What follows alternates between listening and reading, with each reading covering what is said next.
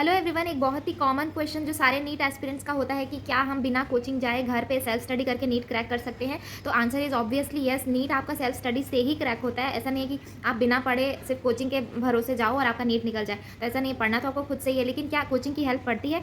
सो आज मैं उसके बारे में ही एक्सप्लेन करने वाली हूँ।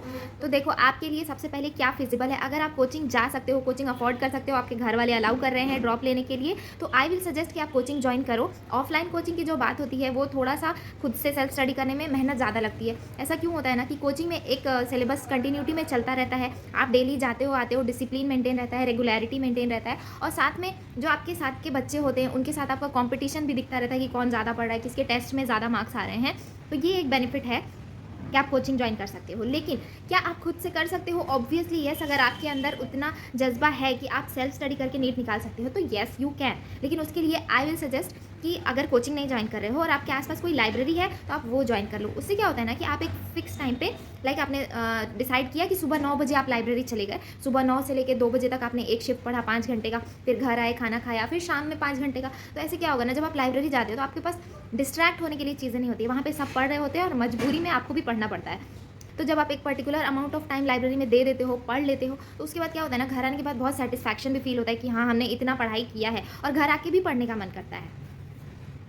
तो सेल्फ स्टडी कर सकते हो। अब लेकिन यहाँ पे सबसे एक इंपॉर्टेंट चीज़ आती है फिजिक्स। फिजिक्स सिर्फ पढ़ने से तो होता नहीं है। उसके लिए क्या होता है कि आप जब क्वेश्चन सॉल्व करते हो तो आपको डाउट्स होते हैं। तो अब आप डाउट किससे पूछोगे, है ना। सेल्फ स्टडी कर रहे हो, आप बायो पढ़ लो, केमिस्ट्री पढ़ लो, क्वेश्चन के सॉल्यूशन देख के कर लो, लेकिन कुछ ना कुछ डाउट रह ही जाता है जो कि किसी टीचर से पूछने पर होता है। तो उसका इंतजाम आपको करना पड़ेगा। या तो आप किसी कोचिंग में बात करो कि हम यहाँ सिर्फ डाउट्स पूछने आ सकते हैं कि नहीं, किसी एक पर्टिकुलर दिन, किसी एक पर्टिकुलर टाइम, या फिर आप कोई ऑनलाइन प्लेटफॉर्म सर्च कर सकते हो। मुझे ज़्यादा पता नहीं है, मैं एक ऐप के बारे में जानती हूँ, टॉपर ऐप, जिस क्वेश्चन सेंड करने पे वो तुरंत उसका कोई ना कोई टीचर आपको सॉल्यूशन भेजते हैं, और नहीं समझ में आता है तो वो कुछ और कन्वर्सेशन करके समझा सकते हैं।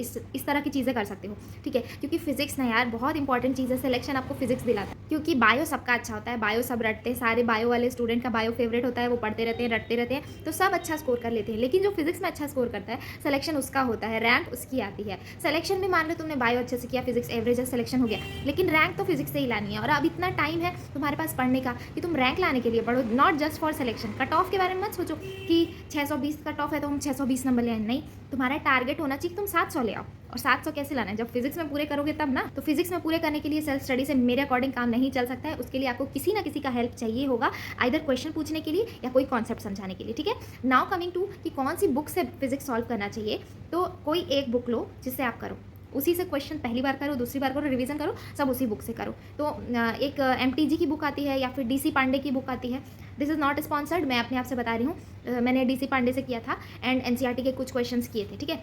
और एंड के 3-4 मंथ में मैंने एक बुक ली थी, MTG at your finger tip, chemistry, physics, bio, तीनों सब्जेक्ट की ली थी। उसमें क्या है, हर चैप्टर के रफली 100 क्वेश्चन थे, तो वो क्वेश्चन प्रैक्टिस हो जाते थे। साथ में उसमें NCERT एग्जाम्पलर के भी क्वेश्चन के सोल्यूशन हुआ करते थे, तो वो भी हो जाते थे। NCERT एग्जाम्पलर करना बहुत ज़रूरी है, क्योंकि वो भी एक NCERT का ही पब्लिकेशन है, तो उसको अब नहीं छोड़ना। वो तो मैं लास्ट मोमेंट पे भी करने को बोल रही थी, और अभी तो इतना टाइम है तो आपको एग्जाम्पलर के क्वेश्चन करने ही करने हैं, ठीक है। तो कोई एक बुक लो, उसको अच्छे से करो, रिवीजन भी उसी बुक से करना, डोंट चेंज द बुक। और एक मस्ट हैव बुक जो होनी चाहिए वो होनी चाहिए प्रीवियस ईयर पेपर की, लाइक 36-35 ईयर के जो चैप्टर वाइज क्वेश्चन पेपर की बुक आती है नीट के लिए, मेनली MTG की आती है, तो वो केमिस्ट्री, फिजिक्स, बायो तीनों सब्जेक्ट की होनी चाहिए। और उसको अभी से करना है, चैप्टर वाइज अभी से करते रहोगे, और फिर फुल मॉक टेस्ट बाद में करोगे। थोड़ा अभी से चैप्टर वाइज करना शुरू करो, एंड जस्ट सी की which is your strongest chapter, which is your weakest chapter. जो वीकेस्ट है उस पर अभी इतना टाइम है कि आप उस पर टाइम लगा के उसको स्ट्रॉन्ग कर सकते हो। आगे कुछ और भी स्ट्रैटेजी बताऊंगी, लेकिन अभी मेरी पोस्टिंग है, मैं जा रही हूँ PHC, ठीक है। मिलते हैं नेक्स्ट ब्लॉग में, बाय बाय।